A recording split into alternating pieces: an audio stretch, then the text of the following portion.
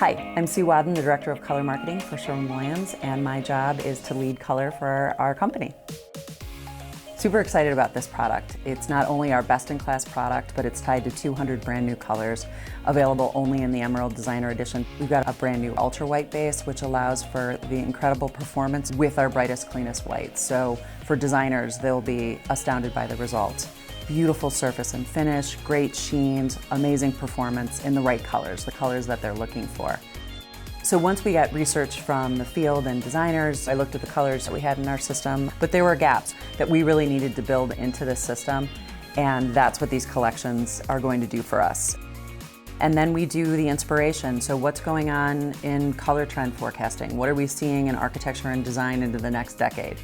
So we've got warm neutrals, cool neutrals, natural neutrals, chromatics, and blues and greens, which really create a comprehensive program for designers. My favorites are in the blues and greens. There's a color called Succulent that is absolutely beautiful, but I love all of them. It's hard to pick a favorite.